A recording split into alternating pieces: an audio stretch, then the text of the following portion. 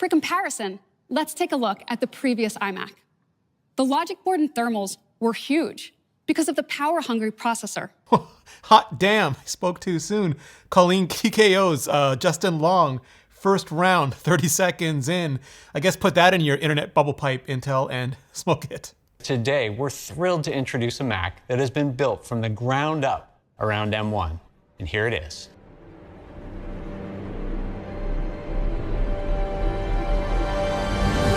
I'm Rene Ritchie, and I'm reacting live to the all-new Apple Silicon iMac. Hit subscribe so you don't miss the full review, and then let's get into it. Sponsored by CuriosityStream with Nebula. And it's incredible from every angle.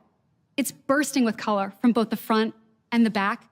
Like a Skittle package just exploded all over the iMac. And it practically disappears when you view it from the side. Really is very iPad-like from the side. And almost shades of the Pixar iMac too, which is really nice to see again. We wanted it to feel light and optimistic, while instantly brightening up any space. And that is Apple's current design language. They went there, that Back to the Future, retro future chic design language. They went with the iPad redesign. From the front, iMac is clean and simple, with a single sheet of glass covering the entire surface. The softer colors and light gray borders ground the iMac in your environment and allow you to focus on your content. So they are pastel from the front. They're vibrant on the back, pastel on the front, with white borders. The back is designed to really celebrate color, with bold, richly saturated shades. So sort of like the AirPods Max, they're designed to match both the more pastel colors of the iPad Air and the more bold colors of the iPhone 12. They're sort of those dual tone, two-tone finishes. With every generation, iMac has moved closer to our vision, to make the computer disappear. And while we've had the same great design for several years, we haven't had the technology to take the next big step until now. And Apple's being really kind here, is that Intel was not capable of producing chipsets that could exist within this size thermal envelope. They were just way too hot, way too hungry, and Apple had to make that sort of bubbled back design and try to fit in as much as they could, but M1 has no such constraints. For comparison, let's take a look at the previous iMac. The logic board and thermals were huge because of the power-hungry processor. Hot damn, I spoke too soon. Colleen TKO's Justin Long, first round, 30 seconds in. I guess put that in your internet bubble pipe, Intel, and smoke it. And because M1 is far more power efficient, the bulky thermal system is replaced by just two small fans. So it should be similar to the MacBook and the MacBook Pro and the Mac Mini, which is you won't probably even notice that the fans are there, but when you do persistent workloads that last longer than 20 minutes, and those fans do have to kick in to prevent the M1 from throttling down, from reducing frequencies to reduce heat, if it's saturated everything else, this will just kick that fan in, that active thermal management system. So on the new iMac, we made the display an expansive 24 inches. So because they Thanos snapped those bezels, the size is actually similar to the 21.5 inch current iMac, but it's got a 24-inch display in there. And it has nearly 11.3 million pixels in its 4.5K Retina display. So you get a whole extra half K. iMac now has a 1080p FaceTime HD camera, which doubles the resolution for much higher quality video. Way better than what's on Apple's MacBooks. The camera is paired with M1, which has Apple's latest image signal processor, or ISP. And because it's got the image signal processor from the M1, which is identical to the image signal processor in the iPhone 12, it can do all the computational photography, all the smart HDR version 3 features, so that it can really maximize the light. This is also the best mic system ever in a Mac. So studio quality it is.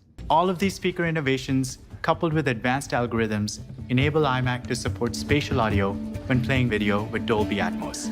Ever since Apple started working seriously on the HomePod, 7 years ago, and built up that giant sound lab, they've really been pushing the envelope on their speaker technology, not just with the HomePod or with things like the AirPods, but increasingly like the 16-inch MacBook Pro has absolutely terrific speakers, and it looks like we're getting something similar on the iMac. It's the best sound system ever in a Mac. Best camera on a Mac, best mics on a Mac, best sound system on a Mac.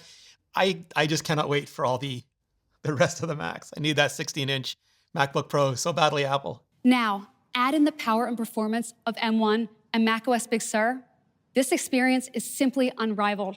So this seems like it is still based on M1, the same M1. We haven't heard anything different about core counts. For example, the idea of an M1X would be that it would go from 2 efficiency cores and 6 performance cores and the 8 graphics cores to something like, 12, 2 efficiency, 10 performance, 12 graphics cores.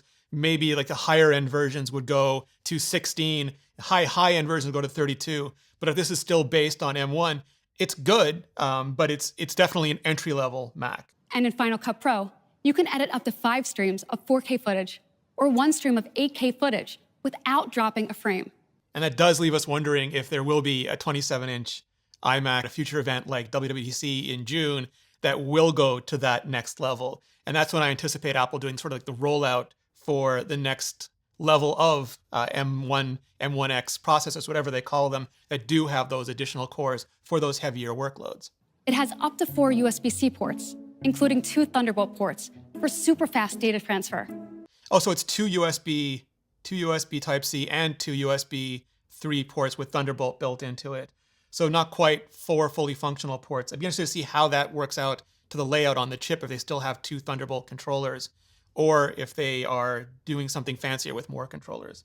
And we created a new power connector that attaches magnetically, so it's quick and easy to connect. It has a 2-meter color-matched woven cable that leads to a small power adapter.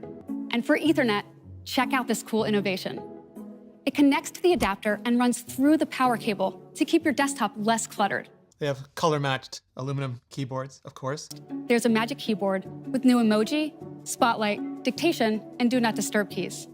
And a lock key to instantly lock iMac. Magic keyboards that sort of bring it up to date with iOS ones, including the emoji keys. Next, there's a Magic Keyboard with an exciting new feature. And yes, Touch ID on the Mac desktop. This is fantastic. Wireless fingerprint data transmission is made possible by a secure processor in the keyboard.